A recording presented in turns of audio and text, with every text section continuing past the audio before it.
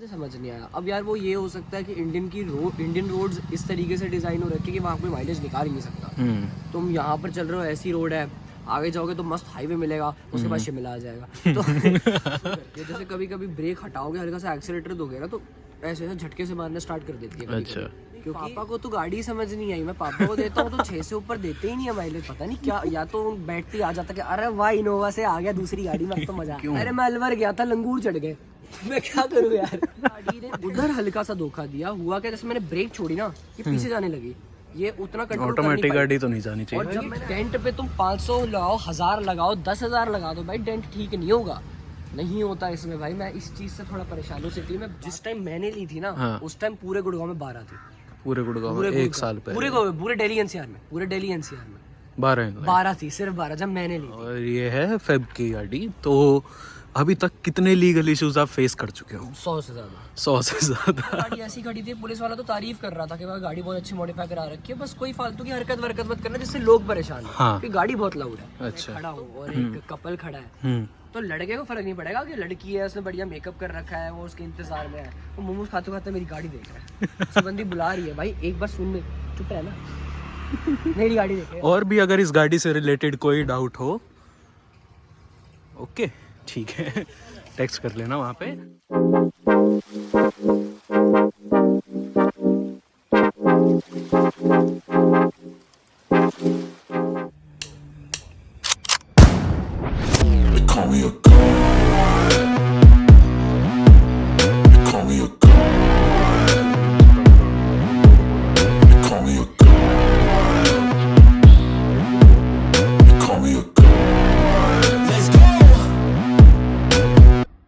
I'm about to go off like a weapon. Fuel to the top, got a filled up engine. In my thoughts, obsession. I will not stop, no, I'm never second guessing. I got a God complex. Haters love to hate, but I never feel pressed. Got a lot on my plate, but I never get stressed. I'll take all the pressure like I'm acing this test. Tear it up like I'm Jason. I see the world like it's ready for the taking. I see this place like a game I'm playing. Straight to the... नमस्कार जी, मैं शुभम सांगवान, स्वागत है सबका मेरे channel पर। तो भाइयों, इस गाड़ी को तो आपने मेरे चैनल पर देख लिया होगा कम से कम नहीं तो 5-6 हज़ार बार। और इसकी ना आपने मॉडिफिकेशन की वीडियोस देखी थी, इसकी आपने रेसेस देखी हैं, इसके आपने रिव्यूज़ देखे, लेकिन एक ऐसा रिव्यू है जो ऐसी गाड़ियों का, या ऐसी क्या जितनी भी गाड़ियाँ हैं मार्केट में, उनका वैसा रिव्यू करना हमेशा ज़रूरी रहता है। तो इस गाड़ी को ना 1 साल जस्ट होने वाला है कुछ दिनों में, और 1 साल में ओनर जो है हमारे प्रिय मित्र, उनका क्या कुछ एक्सपीरियंस रहा है इस गाड़ी के साथ, आज मेरे को ये जानना है। क्योंकि यार ये गाड़ियाँ मॉडिफाई तो हो जाती हैं, दिखने में तो मज़ेदार लगती हैं, लेकिन इनके नुकसान, इनकी माइलेज, इनकी सर्विस, इनकी मेंटेनेंस ओवरऑल कैसी रहती है, ये जानने के लिए आज हमारे साथ हैं ये how are you bro boy, क्या हाल है? मैंने आपको बुलाया, आपने बोला मैं 10 मिनट में आ रहा हूँ। आप कितने मिनट में आए भैया? यार वो गुड मॉर्निंग हुई नहीं मेरी। इनकी 1:30 बजे 2 बजे इनकी गुड मॉर्निंग नहीं हुई। It's okay bro. तो भाई 1 साल पी लो पहले, पी ले। बता तो इस गाड़ी को 1 साल होने वाला है आपको, है ना? और 1 साल में अंत की मॉडिफिकेशंस आप इसमें करवा चुके हो, और अभी कुछ नहीं हुआ है, आप ये कहना चाहोगे अभी बहुत कुछ करना है? बहुत कुछ है। तो मॉडिफिकेशन की तो इसकी मैंने डेडिकेटेड वीडियो बना दी थी, उसके बाद भी आपने चीज़ें करा ली, वो तो खैर कोई नहीं। जब प्रॉपर और कुछ दिनों में इसमें कुछ करामात होने वाली है, उसके बाद तो इसका अलग वीडियो बनेगी। एंड से पहले तो ये गाड़ी टोटली चेंज हो जाएगी, मतलब सब बदल जाएगा। चलो भाई ठीक है। तो 1 साल में ना यार गाड़ी की जो ओनर होते हैं बेसिकली हर एक नब्ज़ पकड़ लेता है कि गाड़ी में चलने में कैसी है, गाड़ी मेरी भागने में कैसी है, गाड़ी मेरी रुकने में कैसी है, गाड़ी मेरी अपनी जेब पे कितना भारी पड़ती है, या गाड़ी जो मेरी है वो क्या कमी पेशी गाड़ी में होती है, और क्या कुछ फ़ायदे नफ़ा नुकसान गाड़ी में रहते हैं। तो 1 साल में भाई आपने सारी चीज़ें जान ली है, सही बात। तो भाई i20 N-Line को आप सबसे पहला सवाल 10 में से कितनी रेटिंग देना चाहोगे ओवरऑल? 9.5। आधा नंबर कैसे काट लिया भाई? आधे नंबर में वैसे 2 चीज़ें आती हैं। हाँ जी। पहली तो माइलेज। ओके। माइलेज एक 3 सिलेंडर इंजन है, मानता हूँ टर्बो है, बट यार 3 सिलेंडर इंजन तब भी मुझे ये क्रोनोलॉजी में कि ये समझ ही नहीं आया ऐसा क्यों होता है कि 3 सिलेंडर इंजन जो टर्बो के साथ हो उतनी कम माइलेज दे रहा है, क्योंकि मैंने 1.6 लीटर का जो इंजन आता है i20N में 4 सिलेंडर, यार वो भी ठीक ठाक माइलेज दे देता है। इसका मुझे समझ नहीं आया। अब यार वो ये हो सकता है कि इंडियन रोड्स इस तरीके से डिजाइन हो रखे कि वहाँ पे माइलेज निकाल ही नहीं सकता। तुम यहाँ पर चल रहे हो, ऐसी रोड है, आगे जाओगे तो मस्त हाईवे मिलेगा, उसके बाद शिमला आ जाएगा। तो माइलेज तो मेरे को समझ नहीं आ रहा। शायद उसमें गलती गाड़ी की ना हो, इंडियन रोड्स की हो। दूसरी चीज जो मुझे इसकी लगी वो है इसका initial lag. Initial lag counter करने के लिए अभी मैं इसमें TCU रीमैप करवाऊंगा, यानी कि इसका ट्रांसमिशन रीमैप। बट तब तक के लिए जो मैंने नोटिस किया है ना, जब ये गाड़ी तुम बिल्कुल तो जीरो से स्टार्ट करते हो ना, अपना आधे सेकंड का स्पीड टाइम लेगी, उसके बाद रन करना स्टार्ट करेगी। मुझे उस चीज से हल्की सी दिक्कत है। खैर वो इतनी कोई दिक्कत नहीं है, क्योंकि जब आप हाईवे पे क्रूज कर रहे हो तो आपको कभी परेशान नहीं करेगी। बट वो जैसा कि ड्रैग्स देखते हो आप, तो है वो कम। और ड्रैग के साथ साथ कह सकते हैं भाई, हम गुड़गांव जैसे शहर में रहते हैं, दिल्ली में आना जाना रहता है, गुड़गांव में चलना रहता है, तो जाम में आपको चीज़ बहुत तंग करती होगी। बिल्कुल करती है। जैसे कभी कभी ब्रेक हटाओगे, हल्का सा एक्सीलेटर दोगे ना, तो ऐसे झटके से मारना स्टार्ट कर देती है कभी-कभी। अच्छा। क्योंकि वो इनिशियल लैग ही ऐसा है। तो वो बस जब जीरो से स्टार्ट हो रहा है ना, तब ये गाड़ी थोड़ा धोखा दे देती है, वरना जीरो के बाद जो चलती है फिर अच्छे से चलती रहती है ना, पता ही है। तो आपने जैसे माइलेज की बात उठाई, तो शहर में क्या कुछ माइलेज निकाल रहे हो? जैसे आप मैं ये कहना चाहूंगा, अगर एक हफ्ता सिर्फ आप सिटी में चला रहे हो, अगर मैं एक हफ्ता सिर्फ सिटी में चला रहा हूँ, अब अगर मैं प्यार से चला रहा हूँ, वो एक हफ्ता मैंने बिल्कुल भी कोई हरकत नहीं की, बिल्कुल एकदम प्यार से चला रहा हूँ, दे देगी 12-13 दे देगी। मतलब चलो घर में दो चीजें, अगर पापा चला रहे तो 12-13 आ जाएगी। नहीं, पापा को तो गाड़ी समझ नहीं आई। मैं पापा को देता हूँ तो 6 से ऊपर देते ही नहीं है माइलेज। पता नहीं क्या, या तो बैठती आ जाता कि अरे वाह इनोवा से आ गया दूसरी गाड़ी में, अब तो मजा आ रहा है। या तो ये सीन है, या तो मुझे समझ नहीं आया, क्या पता उनको DCT समझ ना आ रहा हो, क्योंकि इनोवा CVT है। अच्छा। तो उसमें तो गेयर वेयर की इतनी कोई दिक्कत नहीं है। इसमें समझना पड़ता है ना कि 2000 RPM से ऊपर जाएगी तो कब चेंज होगा, टर्बो कब इनेबल होएगा, काफी चीजें होती है। तो प्यार से चलाओ 12-13, और जिस हिसाब से हम चलाते हैं उस हिसाब से चलाओ तो यार उस हिसाब से 9.5 9.5 से 9.8 कांस्टेंट रहती है जब मैं इस गाड़ी को अपने तरीके से चलाता हूँ। अच्छा, तो अच्छा चलो ठीक है। एक everything comes at a cost. यार मैं कुछ कह नहीं सकता इस बारे में। तो एक तो भाई ये मतलब क्यों इतने डेंट, इतने स्क्रैचेस एक साल में क्या हालत कर रखी है? छत पे कभी डेंट आ सकते हैं? क्यों, वही तो कह रहा हूँ क्यों। अरे मैं अलवर गया था, लंगूर चढ़ गए, मैं क्या करूँ यार। डेंट आ गए। और भाई इनकी बिल्ड क्वालिटी भी बहुत डिफरेंट लेवल की है, कि मतलब ना जैसे डेंट आ गए निकालने बहुत मुश्किल हो जाते हैं। अब ये बोनेट पे एक डेंट था, वो मैंने निकलवाया, अब सेम जगह पे कोई लंगूर मार के गया, बिल्कुल सेम जगह पे। ये रहा। लंगूरों को नफरत है भाई आपकी गाड़ी से। ये डेंट मैंने निकलवाया था, यहाँ पर पहले भी एक डेंट था, मैंने निकलवाया था। निकलवाने के बाद अलवर लेके गया, एक लंगूर आया मस्त यहाँ पर बैठा हुआ है, मैंने उसको हटाया, देखा यही छोड़ के चला गया। भाई क्यों हटाए बेचारा, गुस्से में करके। का तो ऐसा हाल कर रखा है, पता नहीं 4-5 लंगूर में ताश पीट रहे थे, क्या कर रहे थे यहाँ पर, ऐसा हाल कर दिया। तो भाई 11 महीने मतलब साल में आपने 22,000 किलोमीटर ये गाड़ी चला दी है, और स्टूडेंट के अगर पर्सपेक्टिव से देखो इतनी रनिंग बहुत होती है। वो भी एवरेज मतलब हैचबैक कार के लिए। तो इतने किलोमीटर्स में आपने सबसे लंबा टूर इस गाड़ी के साथ कहीं तो मारा होगा। शिमला इस गाड़ी को लेके। तो कहीं मतलब ग्राउंड क्लियरेंस को लेके परेशानी, किसी चीज़ को परेशानी, इतनी आपने ट्रिप मार ली। कोई भी यूं रहा हो कि भाई मेरा इसके अलावा कोई और गाड़ी होती तो मैं खुश होता। ग्राउंड क्लियरेंस से तो मैं हद से ज्यादा खुश हूँ। मैं ये स्प्लिटर है, इस ग्राउंड क्लियरेंस से कौन खुश होता है भाई? गाड़ी ये ऐसी भी हो जाती है, इसका स्प्लिटर टच तक नहीं होता नीचे। अच्छा। हाँ, मैं खुद हैरान हूँ, मुझे नहीं पता इसकी ग्राउंड क्लियरेंस में क्या। तो इसका वो मतलब डिसेंडिंग और असेंडिंग एंगल थोड़ा मतलब ज्यादा हो शायद इस वजह से, क्योंकि इसका इतना भी लंबा नहीं है सिस्टम, तो मेरे ख्याल से इसलिए टकराती ना हो। बट यार वरना लेके जाऊंगा मैं, और मान ले ये गाड़ी है और वरना है, दोनों को एक ऐसे ढलान पे ले आया, वरना बजेगी, ये नहीं बजेगी। मुझे नहीं पता ऐसा क्यों होता है, पर मैं बहुत खुश हूँ। मैं जानना भी नहीं चाहता, मैं बहुत खुश हूँ। मतलब एक साल में आज तक कभी नीचे भिड़ी तो होगी, टच तो ही होगी, भिड़ी है, पर यूं करके ना। तो शिमला घूमा है भाई, शिमला जाना मजाक की बात नहीं है। तो ओवरऑल एक्सपीरियंस शिमला जाने में क्या कुछ रहा था? भाई बहुत अच्छा एक्सपीरियंस था। उधर एक सड़क ऐसी थी जिसपे ना बजरी, मोटे पत्थर, वो बहुत कच्ची सड़क थी। वो सड़क थी ऐसे, और उसके बाद एक डीप यू टर्न और फिर वापस ऊपर, ये वाला सिस्टम था। और वो बहुत डीप यू टर्न था, मतलब कुछ गाड़ियों को लेजेट यू टर्न लेके ऐसे वापस मतलब ऐसे वापस पीछे लेके रिवर्स लेके वापस जाना पड़ा। ये गाड़ी ने उधर हल्का सा धोखा दिया। हुआ क्या, जैसे मैंने ब्रेक छोड़ी ना, ये पीछे जाने लगी, ये उतना कंट्रोल ऑटोमेटिक गाड़ी तो नहीं जानी चाहिए। और जब मैंने एक्सीलेटर दिया, तो अब गाड़ी ऊपर जानी चाहिए पर ये स्किड मारने लगी, उसके बाद ऊपर गई। बात ये है। अब मैं बताऊं कमी, गाड़ी की कमी नहीं है, फ्रंट व्हील ड्राइव है। यस, बात है ये, स्किड मारेगी। उस जगह पे आपकी इनोवा होती तो वो प्यार से उठ जाती। मैं देख रहा हूँ पापा को जाते हुए ऐसे जा रहे हैं। तो पापा दो आ रहा हूँ। तो बस वही है, पूरी शिमला की ट्रिप में वो जो एक पैच था 100 मीटर का, बस उसमें इस गाड़ी ने दिक्कत दी है। बाकी पूरी शिमला की ट्रिप जितने भी किलोमीटर है फुल्ली सेटिस्फाइड, बहुत खुश। तो ऑटोमेटिक गाड़ी का बेसिकली आपको रहा होगा कि पहाड़ों में बेनिफिशियल है। अरे बहुत भाई, इतना खुश रहते हो आप। मैनुअल में लेजिट मतलब बंदा चला के सीख जाए, मैगी खाता बोल देगा भाई मैं नहीं कर रहा और मैं तुम चला लो। पर इस गाड़ी में मेरा मन ही नहीं किया कि भाई मैं किसी और कोई गाड़ी दे दूं। पापा मांगते रह गए मेरे को, नो ये मैं चलाऊं। ये मैं चलाऊं। बहुत मजा आया भाई। तो और भी कई ट्रिप्स मारी होंगी, अभी ताज़ा अलवर भी गए थे, वो भी मतलब कम किलोमीटर तो नहीं पड़ते यार। अगर आप किलोमीटर तो नहीं थे, हाँ। बहुत प्यारी सड़कें थी, हाइपर ड्राइव्स, मतलब यार एकदम स्पीड में गाड़ी जा रही है, क्या कंट्रोल, क्या स्टेबिलिटी, मतलब मैं बहुत खुश था बहुत। और बांगड़ के रास्ते में पहाड़ी इलाका आता है, हाँ। उस पहाड़ पे टर्निंग एंगल्स, आय हाय हाय, मैं इतना खुश हो गया यार। सही में।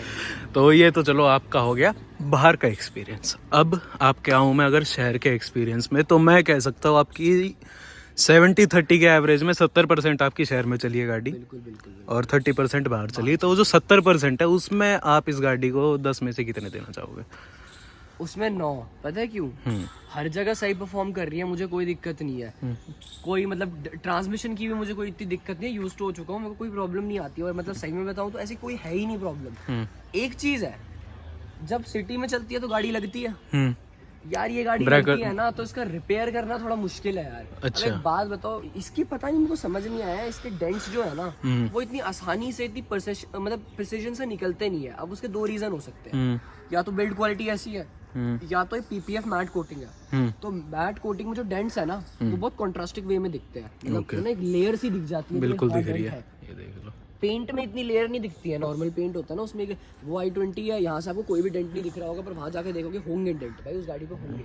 बेचारी के रिबन भी नहीं उतरे अभी तक तो। ठीक है, कोई और देख लेना यार, मतलब i20 मतलब हाँ। होंगे डेंट, पर वो दिखेंगे नहीं। इसमें दिखेंगे शायद पीपीएफ कोटिंग की वजह से, या तो बिल्ड क्वालिटी में कोई ऐसी दिक्कत है, मुझे नहीं पता क्या है। इस चीज से थोड़ा परेशान हूँ। अब जैसे इस साइड हो आ गया भैया, ये दरवाजा, जिस बेस्ट एंगल चूज कर लो ये दरवाजा दिखाने के लिए, एक बार डेंट दिखा दो कितने हैं इस पे। भैया क्या है ये? समझ आ रही है? इधर आ सांगू, इधर आ। क्या कर रखा है यार? इस एंगल से आ, इस एंगल से आ, देख इस एंगल से शायद दिखे। खूब दिख रहे हैं, तो मतलब रिपेयर करवाने की कोशिश करी हुई है। हाँ, रिपेयर करवाई है मैंने, और देखो यहाँ पर रगड़ के निशान है, मतलब सब है। समझ आता है कि भाई किसी ने मारी है। कुछ नहीं किया, मैं गाड़ी लेफ्ट ले रहा था, एक बंदा मतलब ऐसे बहुत तेज आके वो ब्रेक नहीं लगा पाया तो मार दिया अंदर। कई बार अपनी भी गलती नहीं होती। जो बेस्ट डेंटिंग पेंटिंग का काम करते हैं ना वसंत कुंज में, जो बेस्ट सब जानते हैं भाई, वसंत कुंज की डेंटिंग पेंटिंग से बेस्ट कुछ नहीं है। मैंने उनसे करवाने की कोशिश की है भाई, उनसे ये बेस्ट था उनका। उन्होंने ये भाई हाँ ये बेस्ट था, इससे ऊपर नहीं हुआ। और भाई दुनिया कहती रह जाती है कि भाई हम कर देंगे भाई नहीं कर पाता कोई। मैं बता रहा हूँ मैं बता रहा हूँ नहीं कर पाता कोई भाई। अच्छा, ये है, ये स्प्लिटर्स है, इनका क्या है, जैसे ये यहाँ से टूट रहा है, ठीक है रिप्लेस कर दिया, हो गया, कोई दिक्कत नहीं, 500 रुपए का खर्चा है भाई। ये डेंट पे तुम 500 लगाओ, 1000 लगाओ, 10,000 लगा दो भाई, डेंट ठीक नहीं होगा, नहीं होता इसमें भाई। मैं इस चीज़ से थोड़ा परेशान हूँ सिटी में, बाकी कोई दिक्कत नहीं है सिटी में। ओके, तो एक भाई अगला सवाल जो हम दोनों के दिल के बहुत करीब है, सर्विस एक्सपीरियंस कैसा है आपका? देख यार, मैं ऑनेस्टली बताता हूँ, सर्विस एक्सपीरियंस इतना भी खराब नहीं है। देख यार, पहली सर्विस वाज गुड, दूसरी सर्विस भी बहुत प्यारी थी, तीसरी सर्विस में देख होता है ना कि भाई मिसकम्युनिकेशन हो गई, कुछ हो गया, ये हो गया, वो हो गया, उस चक्कर में भाई थोड़ा सा ऊपर नीचे हो गया मामला, बहुत थोड़ा, और यार ज्यादा नहीं। बात ये है कि किसी और चीज से रिलेटेड, ठीक है मान ले मेरी सनरूफ नहीं खुल रही ठीक से, वो उन्होंने डिले कर दिया, या उन्होंने मिसकम्युनिकेशन के चक्कर में बोल दिया कि हाँ ठीक हो गई, पर ठीक नहीं हुई थी, समझ आता। ब्रेक्स एक सेंसिटिव मैटर है, भगवान ना करे अगर कहीं आगे जाके ना लगे, तुम स्पीड में हो, नो वन नोस क्या होगा। तो उस चीज में हम थोड़ा हाइपर हो गए थे, पर जब हमने उनको समझाई ना एक बार ये चीज, तो वो समझ गए। हाँ, उन्होंने खुद ही बोल दिया कि भाई हाँ ये गलती हो गई है, पर आप टेंशन मत लीजिए, स्पेशल असिस्टेंस मिलेगी। तो बस यही बात है, एक सेकंड, हाँ स्पेशल असिस्टेंस मिलेगी। तो उन्होंने बोल दिया हाँ ठीक है, और भाई 7 दिन का काम 2 दिन में करके दे दिया यार, मैं खुश हूँ, मुझे कोई दिक्कत नहीं। और आगे से भी उन्होंने मुझे खुद ही ये बोला कि आप हमारे यहाँ आना, आपको कोई कमी पेशी महसूस नहीं हुई। ओके सो हाँ, तो भाई एक चीज़ है कि नॉर्मल i20 और i20 N-Line में पार्ट्स का बहुत फ़र्क है। तो पार्ट्स की अवेलेबिलिटी के उस हिसाब से इशू तो बना ही होगा आपको। यार देख, अब N-Line जैसे बहुत कम बिकती है ना, हाँ। तो उसके पार्ट्स भी कम बिकेंगे। पार्ट्स की अब जैसे डिमांड सप्लाई की बात होती है, हाँ, डिमांड कम है तो सप्लाई भी तो कम ही होगी, प्रोडक्शन ही कम होगी। हाँ एक हम में सप्लाई ज्यादा क्यों रखेंगे। बिल्कुल। तो अब जब N-Line कम है, उसके पार्ट्स कम ढूंढ, मतलब ठीक है भाई तुमने N-Line ले ली तो कितनी, यहाँ पे जैसे एस्टा है, एस्टा ऑप्शनल है, इसमें कोई कमी आ गई, अब एस्टा ऑप्शन में इसी सड़क पे 3-4 दिखा दूंगा। हाँ N-Line पूरे गुड़गांव में बहुत कम मिलेगी। 10 अंडर 10। नहीं अंडर 10 तो नहीं, अब तो बहुत ज्यादा हो गई है, पर बहुत कम है, बहुत कम है। तेरे लेने के बाद ज़्यादा हुई है, अभी बताऊँ मैं। बात है, हाँ। सफदरजंग हुंडई से ली गई है ना ये, हाँ, हाँ, हाँ। तो उनने बताया भी होगा कि कितनी बिक चुकी है उनके शोरूम बिल्कुल से। बिल्कुल, जिस टाइम मैंने ली थी ना, हाँ। उस टाइम पूरे गुड़गांव में 12 थी। पूरे गुड़गांव में एक साल पहले पूरे दिल्ली एनसीआर में, पूरे दिल्ली एनसीआर में 12 थी, सिर्फ 12 जब मैंने ली थी, पूरे दिल्ली एनसीआर में 12 थी। तो उन 12 में से भाई ऐसी मॉडिफाइड तो N-Line ही एक लौती होगी। नहीं वो ऐसी इतनी किसी ने की नहीं मॉडिफाई, क्योंकि ये सामान ही सामान तो चलो मॉडिफाई होगी, और भाई अच्छी खासी मॉडिफाई करा रखी है आपने। ठीक है, मॉडिफिकेशन में लोगों को लीगल इश्यूज आते ही आते हैं। आपको क्या कुछ फेस करना पड़ेगा पिछले 1 साल में मॉडिफिकेशंस के बाद? मॉडिफिकेशन को मैं कह सकता हूँ 9 महीने से शुरू करा आपने, या 8 महीने से शुरू, अपना 10-9 महीने से आपने मॉडिफिकेशन इसकी शुरू करी। स्टार्टिंग ऑफ द डे से ही चल रही है सबसे। हाँ, क्योंकि एग्जॉस्ट लेते ही लगवाया जैसे मैं महीने के अंदर। रेजोनेटर डिलीट कराया था, एग्जॉस्ट में टाइम बाद लगवाया, 2-3 महीने बाद। मई या जून में लगवाया था। हाँ, गर्मियों के टाइम पे लगवाया था। हाँ, और ये है फेब की गाड़ी। तो अभी तक कितने लीगल इश्यूज आप फेस कर चुके हो? 100 से ज्यादा। 100 से ज़्यादा। कोई एक ऐसी कहानी हो जो अभी तक आपको याद हो कि ऐसी बनी है भाई मेरे साथ, और बहुत कैडी बनी है? पता है कहानियाँ बहुत है, मैं कुछ कर नहीं सकता इस चीज़ में। देखो एग्जॉस्ट, दिल्ली गवर्नमेंट का रूल है, एग्जॉस्ट जो है वो बैन है। ठीक है, बैन है, मतलब अगर पकड़े गए और किसी पक्के आदमी के हाथ से पकड़े गए तो गाड़ी बाउंड कर देंगे कि भाई खड़ी कर दो, तुम अपना कोर्ट वोट में जाओ, तब जाके गाड़ी छुड़वाओ और ये चेंज करवाओ, तभी छूटेगी गाड़ी। ठीक। पर पता है क्या, अगर आपने एग्जॉस्ट लगा रखा है कोई दिक्कत नहीं, अगर आप कोई न्यूसेंस या ब्लंडर क्रिएट नहीं कर रहे हो ना, हाँ। तो पुलिस वाले भी कुछ कहते नहीं। अब अगर आप पुलिस वाले खड़े हैं या फिर आप पब्लिक को परेशान करते हो जा रहे हो, मार्केट में रगड़ मारते हो जा रहे हो, ये कर रहे हो वो कर रहे हो, तो पुलिस वाले भी चिढ़ेंगे भाई कि मतलब ऐसे क्यों कर रहा है भाई बच्चा। वरना एक बार गाड़ी ऐसी खड़ी थी, पुलिस वाला तो तारीफ कर रहा था कि भाई गाड़ी बहुत अच्छी मॉडिफाई करा रखी है, बस कोई फालतू की हरकत मत करना जिससे लोग परेशान हो। हाँ। कि गाड़ी बहुत लाउड है। अच्छा, तो वो चीज़ एक सीखने को मिली कि भाई पुलिस वाले भी सपोर्टिव है इस चीज़ के लिए, मुझे कोई दिक्कत नहीं है। पर वैसे ये सारी चीज़ें, मतलब दिल्ली एनसीआर में सिंपल रूल है, कंपनी के बाहर की कोई भी एक चीज़ इलीगल है। बिल्कुल है, इलीगल है ही है। ठीक है, साउंड सिस्टम अपग्रेड करने से लेके, स्प्लिटर लगाने से लेके, स्पॉइलर लगाने से लेके, जो आपके आरसी या इंश्योरेंस पे लिखा है उसके अलावा एक कील भी इलीगल है। उसके अगेंस्ट अगर आप कुछ भी कराते हो वो सब इलीगल है। हाँ। तो भाई अगर ऐसी चीज़ है तो भाई फिर ऐसी जिंदगी जीनी पड़ेगी। क्योंकि आप चलो पुलिस जो भी है पकड़ती है, परेशान करती है, लेकिन जब आपको पब्लिक रिएक्शन देती होगी तो आपकी वो चीजें सॉर्ट हो जाती होगी कि कोई नहीं सह लेंगे। पुलिस रिएक्शन इतने बढ़िया होते हैं, मैं क्या बताऊँ। पब्लिक खुशी आती है। पब्लिक रिएक्शन तो बहुत खतरनाक मिलते होंगे भाई। रिएक्शन तो मतलब यार मैं थक गया देखते देखते अब तो।